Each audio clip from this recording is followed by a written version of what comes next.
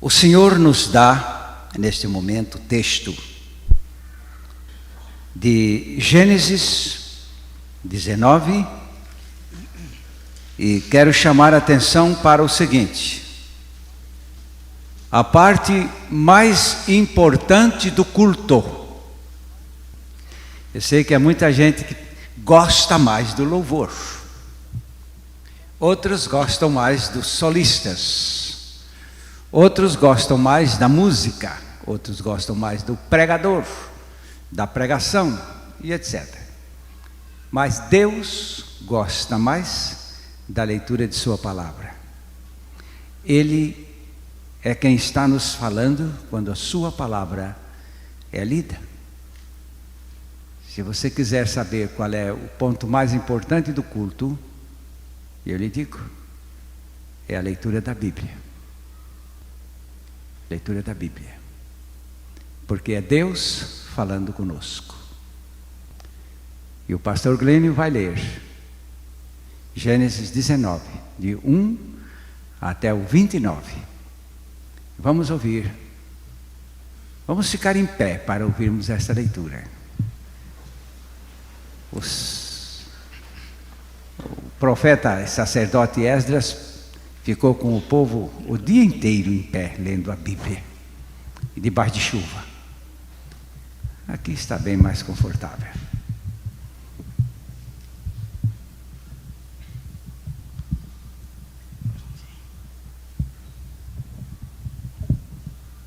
À tarde, chegaram os dois anjos a Sodoma. Ló estava sentado à porta de Sodoma e, vendo-os, levantou-se para os receber e prostrou-se com o rosto em terra. Disse ele: meus senhores, entrai, peço-vos, na casa do vosso servo, e passai nela a noite, e lavai os pés. De madrugada vos levantareis e ireis vosso caminho. Responderam eles: não, antes na rua passaremos a noite. Mas Ló insistiu muito com eles, pelo que foram com ele e entraram na sua casa. Ele lhes deu um banquete, assando-lhes pães asmos, e eles comeram. Entretanto, antes que se deitassem, os homens daquela cidade cercaram a casa, os homens de Sodoma, desde o moço até o velho, todo o povo de todos os lados. Chamaram a Ló e lhe perguntaram: onde estão os homens que entraram esta noite na tua casa? Trazei-os cá fora a nós, para que os conheçamos. Então Ló saiu-lhes à porta, fechando-a atrás de si, e disse: meus irmãos, rogo-vos que não façais mal. Tenho duas filhas virgens, eu vos-las trarei para fora, e lhes fareis como bem vos parecer.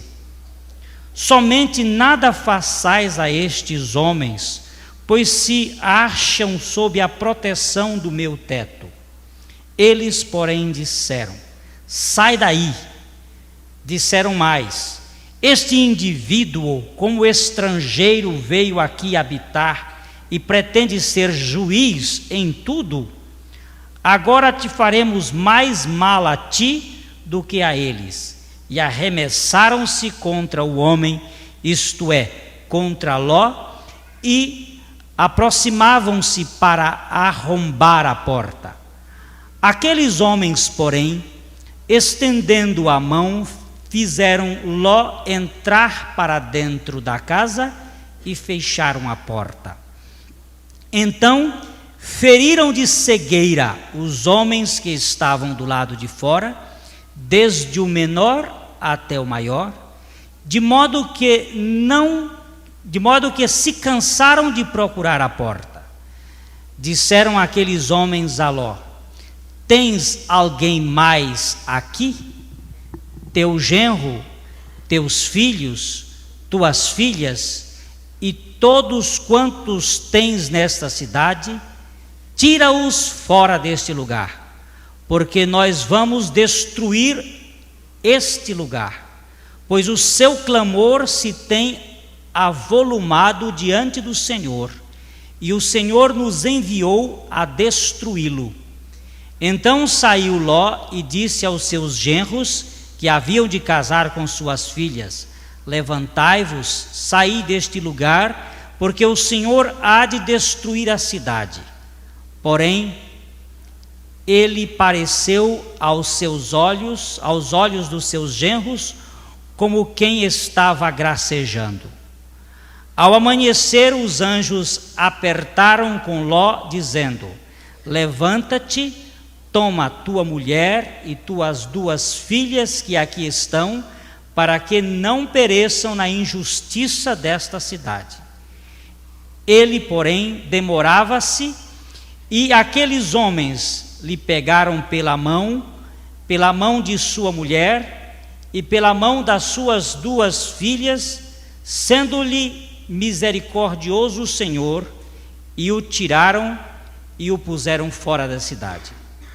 E havendo-os tirado fora, disse um deles: escapa-te, salva a tua vida, não olhes para trás de ti, nem te detenhas em toda esta planície, escapa-te para os montes, para que não pereças. Respondeu-lhes Ló: assim não, meu senhor. O teu servo achou graça aos teus olhos, e engrandeceste a tua misericórdia que a mim me fizeste, salvando-me a vida. Mas não posso escapar-me para os montes, pois receio que o mal me apanhe e eu morra. Eis ali perto uma cidade para a qual eu posso fugir, e é pequena. Permite que eu me escape para lá. Não é pequena? E viverá a minha alma. Disse-lhe: quanto a isso estou de acordo, para não subverter a cidade de que falaste. Apressa-te, escapa-te para lá, porque nada poderei fazer enquanto não tiveres ali chegado. Por isso se chamou o nome da cidade Zoar.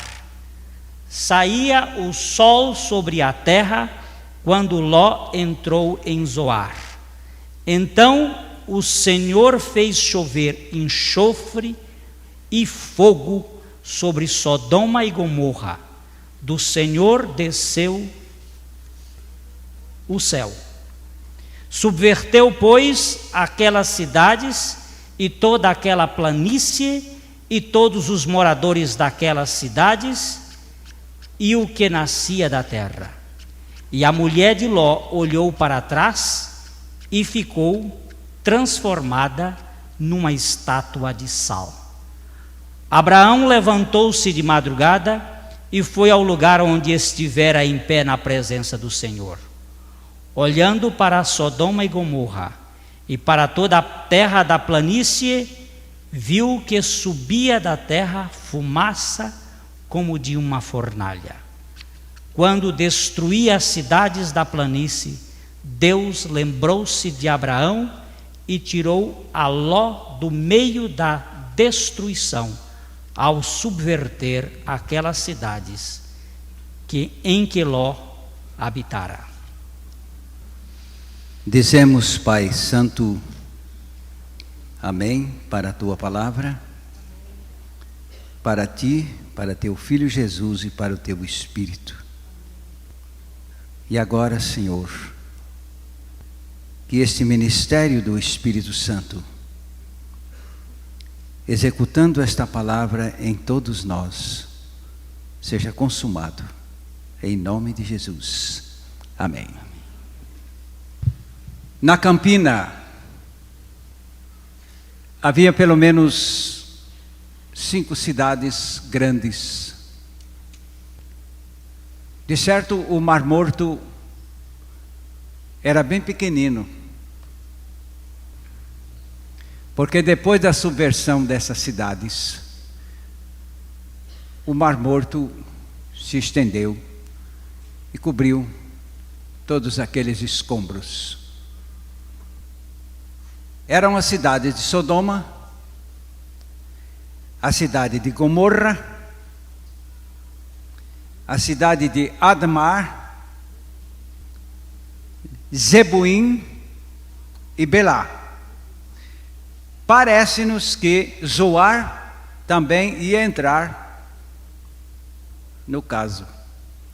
Mas como Ló foi se refugiar lá, então Zoar foi poupada. A palavra Sodoma significa corrupção, depravação, perversidade. E a palavra Gomorra significa acúmulo, significa medida cheia, significa Deus dizendo: não suporto mais, não darei mais oportunidade a você. Gomorra. E temos a observar ainda hoje um ponto importante, porque estamos introduzindo este estudo da palavra e tenho que destacar isto, que a palavra só tem valor há pessoas que temem a Deus. É verdade que temos que anunciá-la a todos, mas o seu proveito está com aqueles que temem a Deus. Nós temos no livro de Atos uma declaração no capítulo 13, verso 26, onde vemos aqui que esta palavra encontra eco nos corações que temem, e nos indiferentes ela não vibra. Irmãos, filhos da estirpe de Abraão, e os que dentre vós temem a Deus, a nós é também enviada a palavra desta salvação. Até parece que o apóstolo Paulo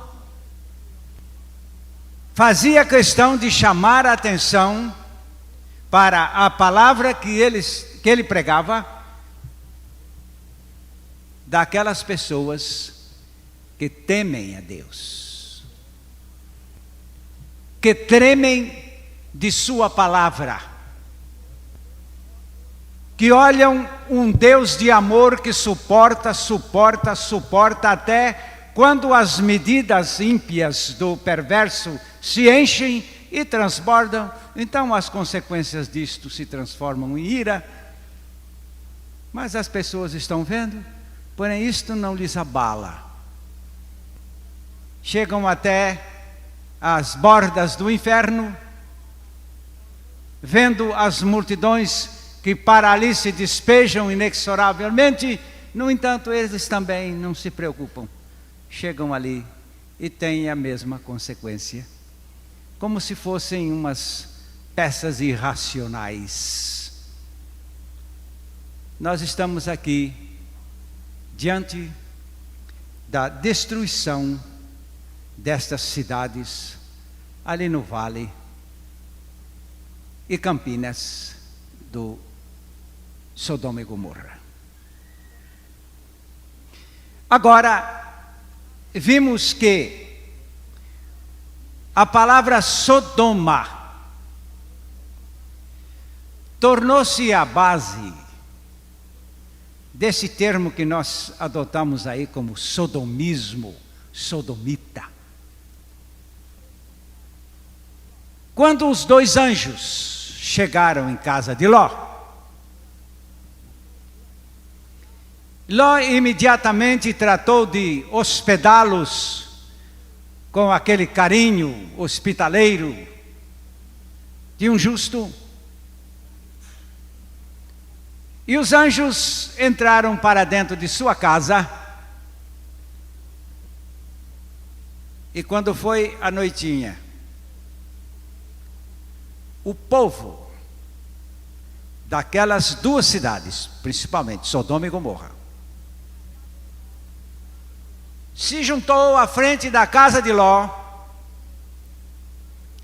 exigindo que lhes fossem entregues os 2 homens que entraram em sua casa, fossem eles quem fossem, porque eles disseram: queremos ter com eles relações sexuais. Esta palavra, queremos conhecê-los, queremos experimentar mais estes. Eu não sei se vocês sabiam que o caminho do sexo tem essa tendência. Já sabia? O indivíduo depravado em sexo, ele quer mais um, mais uma, mais um, e assim. Às vezes ele tem uma esposa maravilhosa, a esposa mais bonita da cidade, mas ele se engraça lá com qualquer toco mal queimado e vai para frente. Ele quer mais um. Depois se deprava tanto que até os animais lhe servem. A Bíblia procura combater isto. Deus pondo leis aí, mostrando. É a ideia de mais um, ou de mais uma. E eles então chegaram lá à porta da casa de Ló, de Ló, e nós queremos conhecer mais esses. Sodomismo saiu daí. É o machão que quer fazer sempre dos outros a sua fêmea. Lá do outro lado são os efeminados, que querem procurar os seus machões. Mas aqui nesse caso, eles quiseram impor esta relação sexual ilícita com anjos.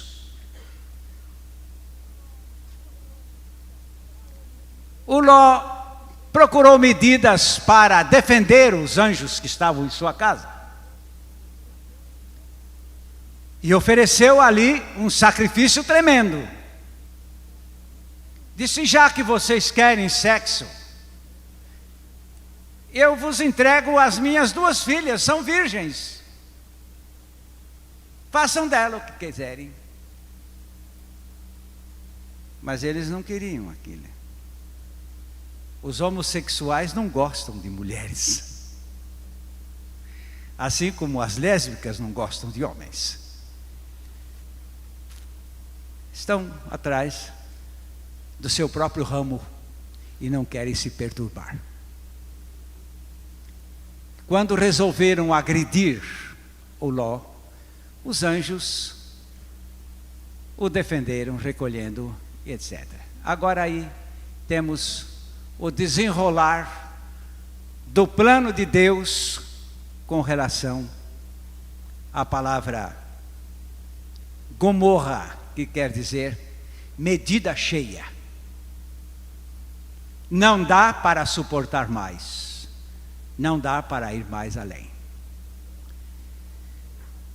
Eu acho que a Bíblia está dizendo tudo certo aqui quando declara que cada pessoa tem uma medida a encher aos olhos de Deus, medida de maldades. Cada povo, igualmente. No capítulo 15 de Gênesis, o versículo 16, aí Deus está dizendo a Abraão: vamos ter que esperar, Abraão.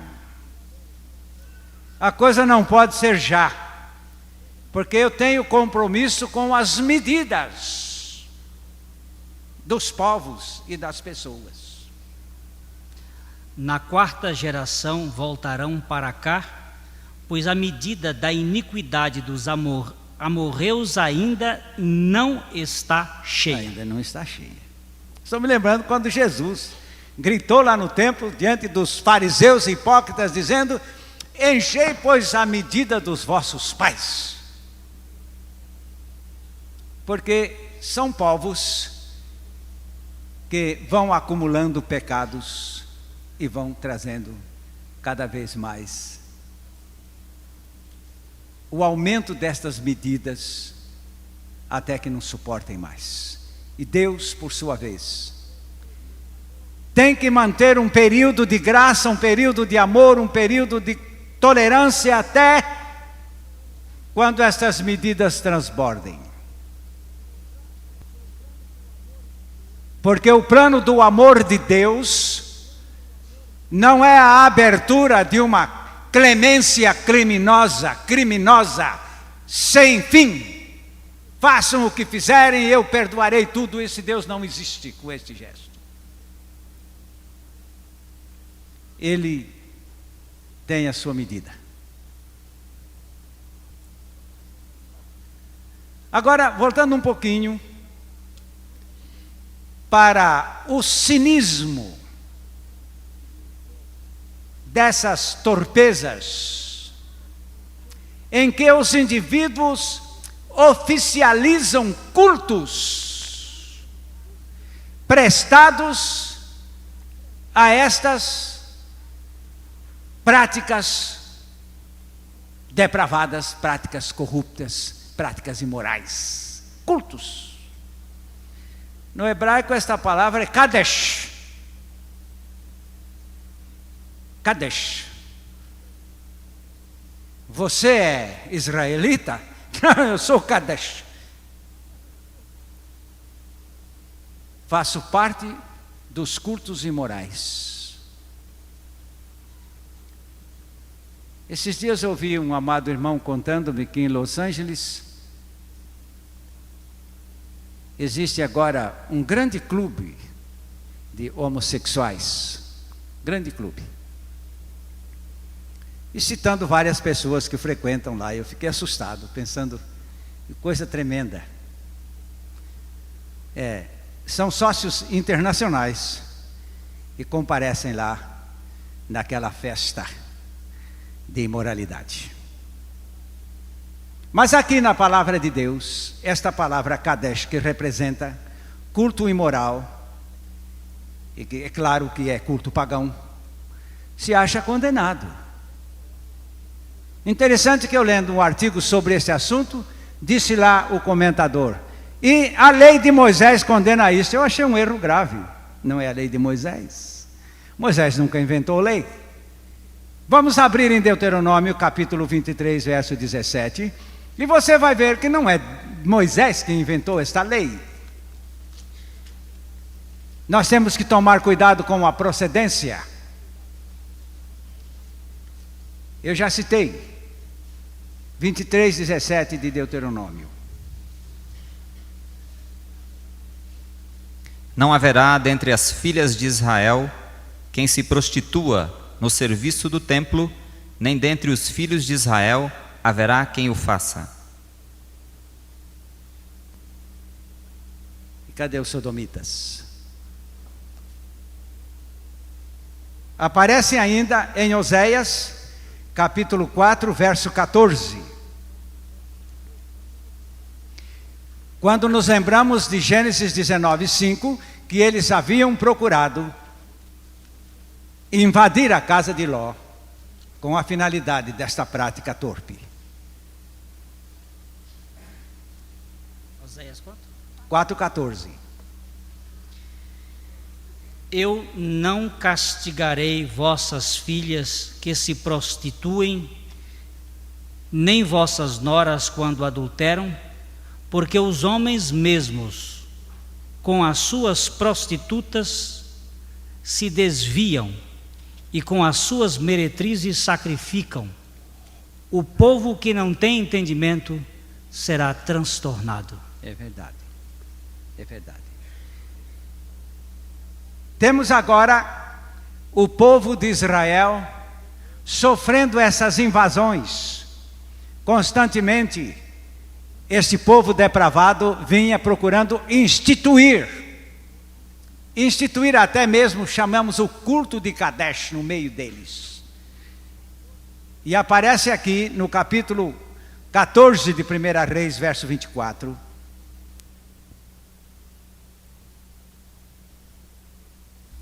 E havia também sodomitas na terra. Fizeram conforme todas as abominações dos povos que o Senhor tinha expulsado de diante dos filhos de Israel.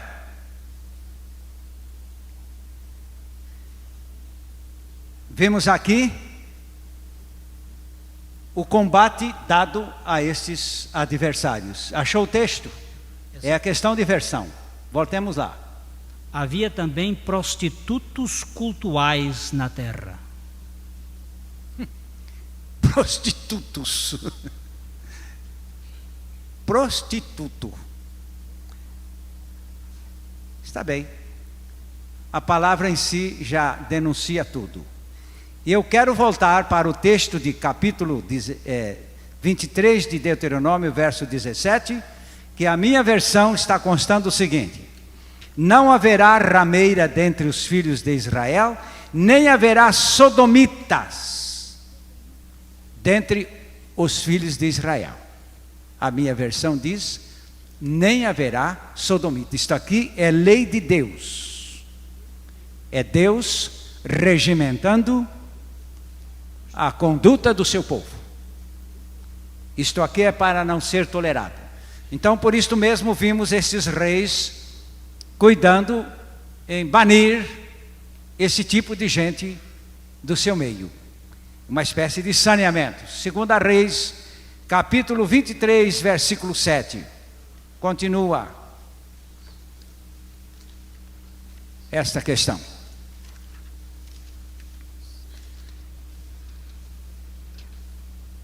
Também derrubou as casas dos prostitutos cultuais que estavam na casa do Senhor, onde as mulheres teciam cortinas para o poste ídolo. Foram banidos. Eu acho que ainda hoje, no meio dos israelenses, o homossexualismo é considerado um crime intolerável. E agora, volto a sua atenção somente para um ponto. Porventura, uma pessoa que considera um pecado deleitável, gostoso, querido, desejado, ambicionado, muitas vezes a caro custo, esta pessoa pretende mesmo se arrepender disso? Estou levantando a pergunta, faça favor de pensar. Pretende mesmo se arrepender disso? Eu já encontrei muita gente dessa chorando, mas parece que não está chorando pelo fato de estarem arrependidos de seus atos. Estavam chorando pelo fato de acharem contestação aos seus atos, por acharem que Deus os detesta. E daí nós entendemos esta palavra impenitência. Impenitência. E nós entendemos na palavra de Deus que existe uma salvação, e esta palavra de Deus fala francamente desta salvação, salvação total, salvação completa, salvação perfeita, salvação eterna, mas para quem se arrepende. Porque se não houver arrependimento, não é possível que alguém se salve. E agora esses impenitentes, para onde vão? Não estava no meu plano, mas eu estou me lembrando de um homossexual, moço, moço com seus 30 e poucos anos, foi a um culto. E chegou lá nesse sistema de culto, quem quer Jesus levanta a mão. Ele achou aquilo interessante. Ele levantou a mão. E foi imediatamente acolhido, porque aí é preciso uma série de táticas para persuasão ao chamado decidido. Então vem imediatamente aqueles tratos, aqueles carinhos, e o homossexual gosta disso, né? Não das mulheres, mas dos homens que cheguem para ele. Isso é muito agradável. E ele saiu dali deslumbrante, feliz.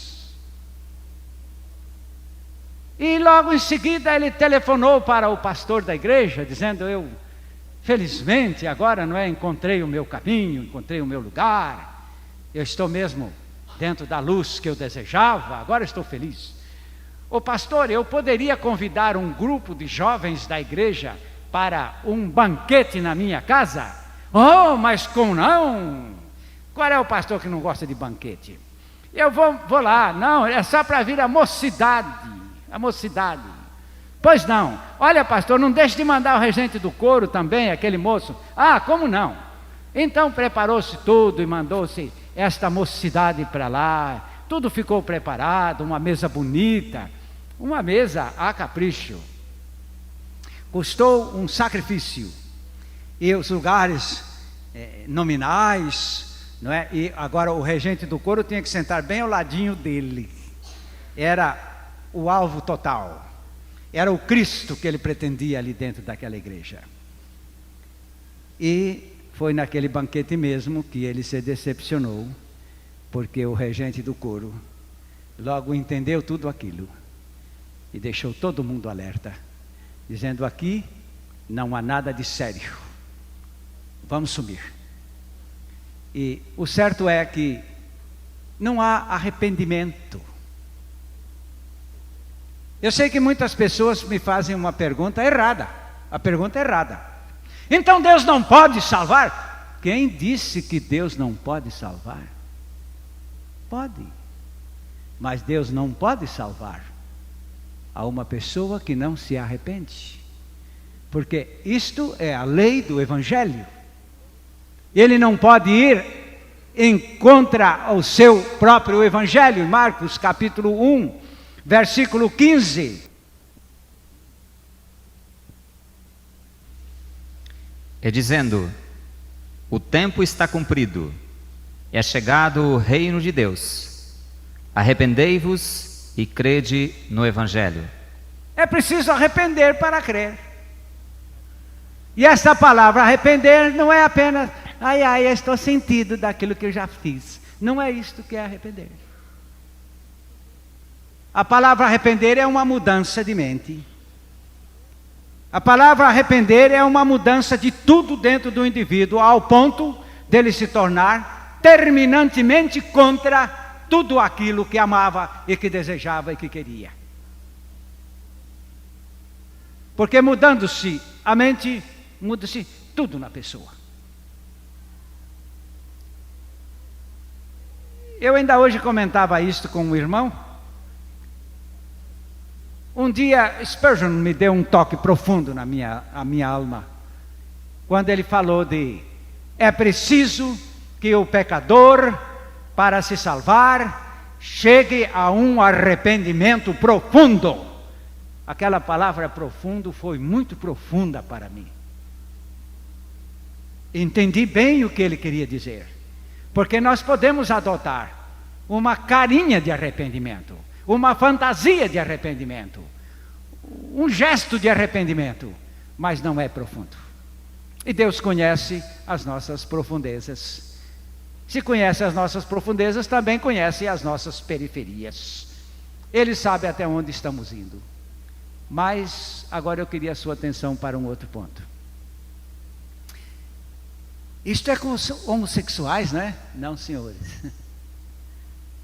Não, senhores. Quando eu estava orando por esta mensagem, eu disse: Deus, eu quero falar do homossexual com misericórdia. não com escárnio. Se eu não tenho isso, nunca tive isso, devo ter misericórdia daqueles que caíram nesta infelicidade. Para lembrar que os impenitentes não são só os homossexuais, nem as lésbicas. Os impenitentes são aqueles todos que se endurecem nos seus pecados. Querem entrar numa salvação sem levarem o incômodo do arrependimento. Por isso mesmo já se adota hoje uma onda assustadora de ministros que pregam salvação com pecado, porque não precisa de arrependimento. Esse arrependimento incomoda. Por isso entende-se hoje que se é salvo e se vive no pecado, se é regenerado e que se vive no pecado, porque não houve arrependimento nenhum. Este arranjo é diabólico. Este arranjo é uma mercadejação da palavra, que, por certo, deverá estar enchendo medida de Deus também. Mas vamos olhar para a Bíblia a essa altura, tratando desse assunto. Em Isaías 1, 9 e 10,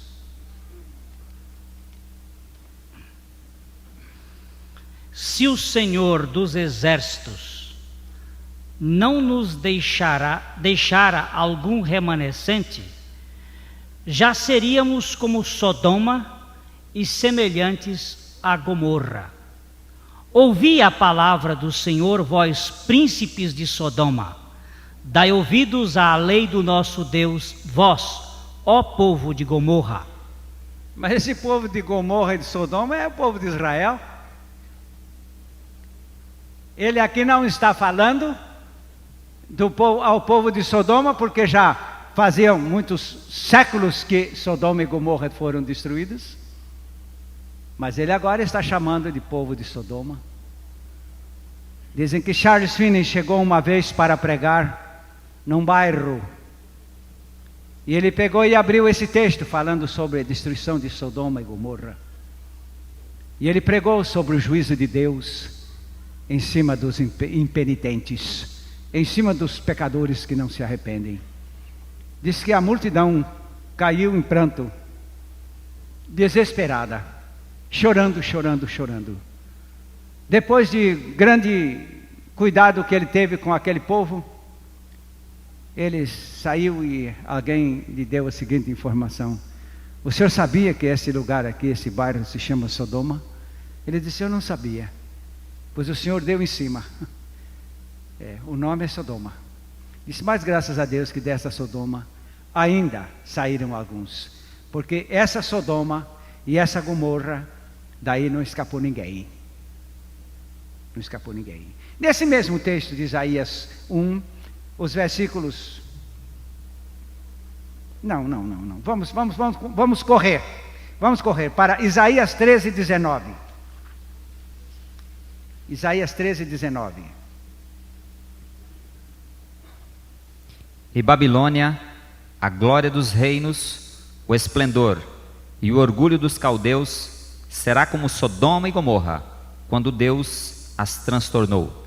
Eu queria que o irmão verificasse que se trata também de outros povos, outras capitais, outras nações, onde Deus está pondo a mesma rasoura, dizendo: não é só Sodoma e Gomorra.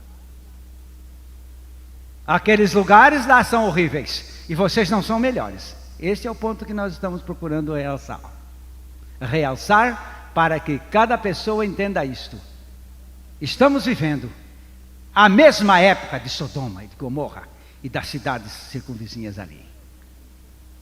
E que sem essa penitência, sem esse arrependimento, não haverá salvação. E o povo precisa voltar, como Nínive, para um arrependimento sincero, ao ponto de mudar o plano de Deus. Porque o plano de Deus para Nínive era a subversão, porque aquela cidade já havia enchido as suas medidas, ou quase, de certo quase. Jonas entregou aquela mensagem E o povo se arrependeu, e Deus perdoou e salvou aquela multidão. Sem arrependimento, é impossível Deus salvar. E com arrependimento, é impossível Deus não salvar.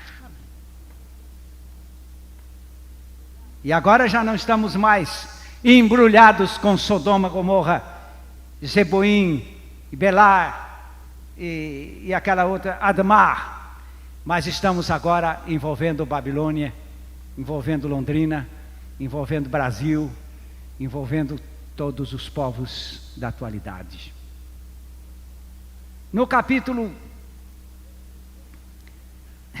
16 de Ezequiel, versículos 49 e 50, ele continua apontando esta comparação e dizendo: eu não sou o Deus que apenas destruiu Sodoma e Gomorra e mais nada.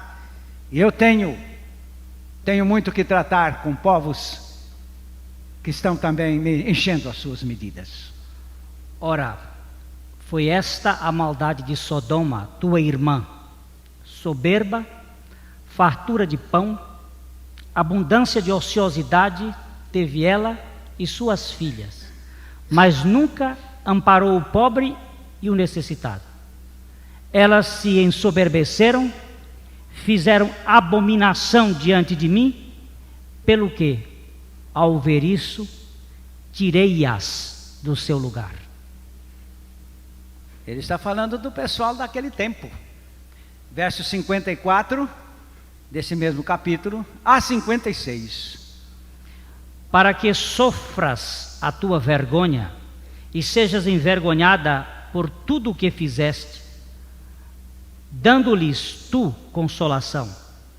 Quando tuas irmãs Sodoma e tuas filhas tornaram ao seu primeiro estado, e Samaria e as suas filhas tornaram ao seu primeiro estado, também tu e tuas filhas tornareis ao vosso primeiro estado. Nem mesmo Sodoma, tua irmã, foi mencionada pela tua boca no dia das tuas soberbas. Será que este povo agora está pior do que Sodoma? Parece que sim. Mateus 10, 12 a 15. E ao entrardes na casa, saudai-a, e se a casa for digna, desça sobre ela a vossa paz. É Jesus falando aqui. Mas se não for digna, torne para vós a vossa paz. E se ninguém vos receber, nem ouvir as vossas palavras, saindo daquela casa ou daquela cidade, sacudi o pó dos vossos pés. Em verdade vos digo que no dia do juízo haverá menos rigor para a terra de Sodoma e Gomorra do que para aquela cidade. Sodoma foi maligna, mas nem tão maligna assim. Jesus está mostrando aqui que todos quantos rejeitam o seu evangelho de paz estão piores do que a indigna Sodoma e a indigna Gomorra. Jesus aponta isso. Você quer ver mais? Ele ainda aponta no capítulo 11, Mateus 11, 23 e 24. E tu, Cafarnaum, erguer-te-ás até os céus, serás abatida até o inferno. Se em Sodoma tivesse sido feitos milagres que em ti se operaram, ela teria permanecido até hoje. Porém eu vos digo que no dia do juízo haverá menos rigor para Sodoma do que para ti. Cafarnaum, cidade onde Jesus operou muitos milagres. Qual das piores poderíamos considerar aqui? Cafarnaum ou Sodoma e Gomorra? Aqui no julgamento de Jesus, Cafarnaum é pior. Ele mostra aqui que se estes milagres que se operaram em Cafarnaum, que se deram em Cafarnaum, fossem em Sodoma e Gomorra, olhem, elas não seriam destruídas. Mas você viu qual foi a base? Eles teriam se arrependido. O arrependimento é este ponto em que o indivíduo tem que parar de ser louco e realmente voltar.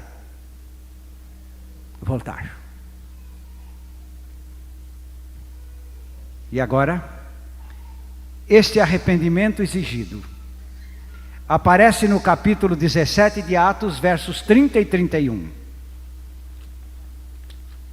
como princípio básico para a salvação. Mas Deus, não levando em conta os tempos da ignorância, manda agora que todos os homens, em todo lugar, se arrependam. Porquanto determinou um dia em que com justiça há de julgar o mundo, por meio do varão que para isso ordenou, e disso tem dado certeza a todos, ressuscitando dentre os mortos. Eu entendo que Deus quis que trouxéssemos esta palavra aqui nesta noite, para que perdêssemos aquele conceito de que Sodoma e Gomorra e aquela região fossem piores do que as demais do mundo. E a palavra de Deus continua aqui dizendo que hoje se tem grupos, povos, indivíduos piores do que aqueles que Deus já destruiu. E agora vamos concluir.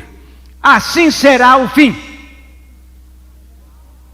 Tanto o fim geral como o fim pessoal de cada indivíduo. Você tem uma medida para encher. Não brinque com essa medida. O amor de Deus realmente é toda a razão desta, vamos chamar de tolerância, mas que também, por sua vez, tem uma medida para cada um. No capítulo 17 de Lucas, versos 28 e 29, finalmente, saberemos, assim será no fim. A mesma coisa acontecerá nos dias, a mesma coisa aconteceu nos dias de Ló. Comiam, bebiam, compravam, vendiam, plantavam e edificavam.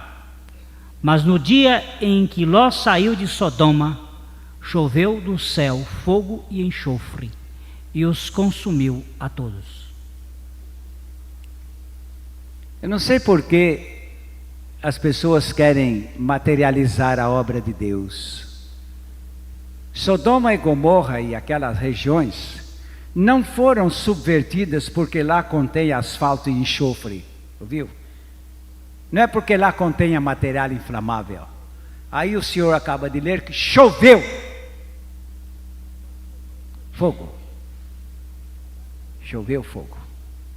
Agora o Senhor Jesus está dizendo que assim será uma surpresa para cada pessoa quando tiver a sua medida cheia. E o único remédio nesse momento é o arrependimento. Porque o Senhor está pronto para atrair pecadores arrependidos, crucificá-los, fazendo-os morrer em seu corpo, mas pecadores arrependidos, e levando-os à ressurreição juntamente com Ele, com Jesus, porém a pecadores arrependidos, e tornando-os sua divina habitação. Ele, Jesus, vem habitar dentro de uma pessoa, mas considerada pecadora, arrependida. É neste lugar que paramos nesta noite, lembrando que muita gente não está nascida de novo, embora o queira, embora deseje, e embora até declare as 5 leis da regeneração, porque não querem se arrepender, querem adotar apenas as 5 leis. Eu no meu pecado, não é? Agora que com o meu pecado, Cristo me atraiu, Cristo me fez morrer, Cristo me crucificou, Cristo me ressuscitou, Cristo vive em mim, e agora vivo. Você já se arrependeu?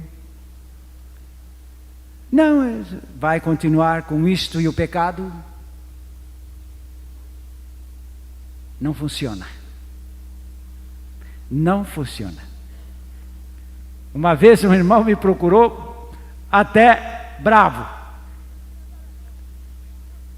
dizendo: olha aqui, eu creio que Cristo me atraiu, Cristo me crucificou, Cristo me fez morrer, Cristo me ressuscitou e Cristo vive em mim, eu creio, mas isso não funciona. Você não sabe por quê? Porque não houve um arrependimento para se chegar a esta experiência. Você está como aquela pessoa que quer ir para o hospital a fim de receber uma cura, porém não quer abandonar a sua doença, a sua enfermidade. Quer continuar com ela. Isto é um absurdo, não funciona. Deus só salva pecadores arrependidos. Agora, o fim é este. 3 homens chegaram à praia do mar para um banho. Porém, os 3 estavam embriagados. E naquele momento estava ali aquele homem forte, chamado salva-vidas. Ele disse a esses 3 homens: os senhores não podem tomar banho aqui na praia. Mas por quê? A praia não é livre? Nem para todos, não é? Ela não é livre para pessoas embriagadas como os senhores estão. Mas nós viemos para tomar banho de mar, sim, mas então os senhores vão ter que esperar até que fiquem sóbrios, aí os senhores serão admitidos no banho. Quem é o senhor? Bem, eu sou aqui salva-vidas e ao mesmo tempo guarda. Já que eu tenho que ir tirar alguém lá do alto mar, eu prefiro evitar que entrem lá.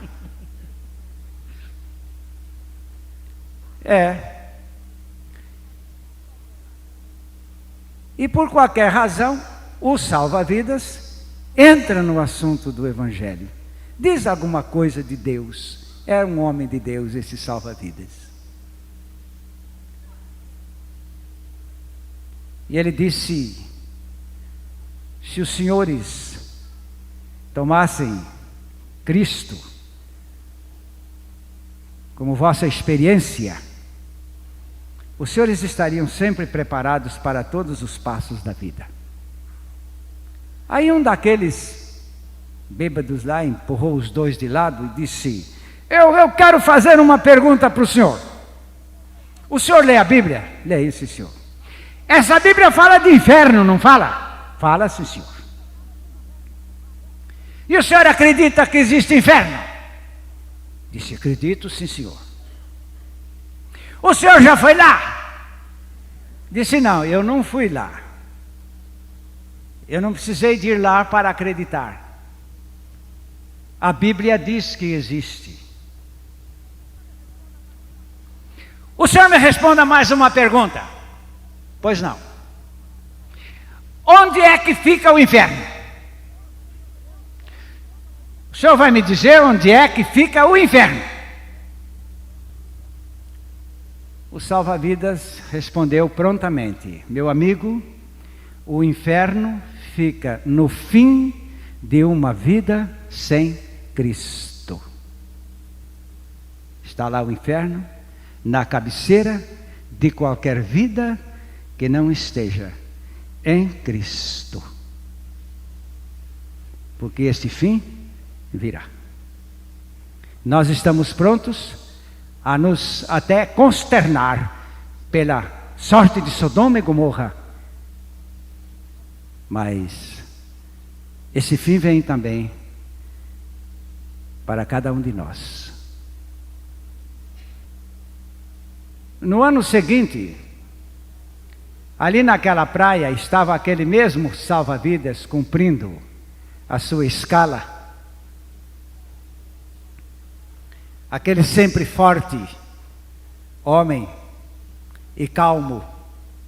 Quando chegaram 2 cidadãos vestidos de roupa de banho e se aproximaram do salva-vidas e o cumprimentaram com alegria. O senhor não se lembra de nós? Não estou me lembrando. Não mesmo, não. É que aquele dia nós chegamos aqui embriagados, éramos 3. Ah, bom, dos embriagados eu me lembro. Eu não guardei a afeição dos senhores. Talvez se chegassem outra vez embriagados eu ia me lembrar que eram os mesmos. Mas, e daí? Muito bem. E acontece que nós estamos realmente convertidos a Cristo. Aquela sua frase nos abalou tremendamente. Aquele companheiro nosso que lhe interrogou tanto, o senhor se lembra? Se lembra? Ele agora já sabe onde está o inferno. Ele se converteu? Não, ele já foi para lá. Ele já foi para lá. Mas nós nos convertemos ao Senhor. Porque uns temem, outros zombam. Uns creem, outros protelam. Uns se estremecem, outros são indiferentes. Mas o fim virá. Ele falou. Amém. A mensagem que você acabou de assistir faz parte do Ministério de Comunicação Palavra da Cruz. Temos um grande acervo de estudos bíblicos em áudio e vídeo. Distribuímos também gratuitamente o jornal mensal Palavra da Cruz. Entre em contato conosco pelo fone 0 operadora 43 3372 8900 ou pelo e-mail livraria@piblondrina.com.br. Visite-nos pelo site www.livrariapiblondrina.com.br ou acesse www.piblondrina.com.br. Graça e paz.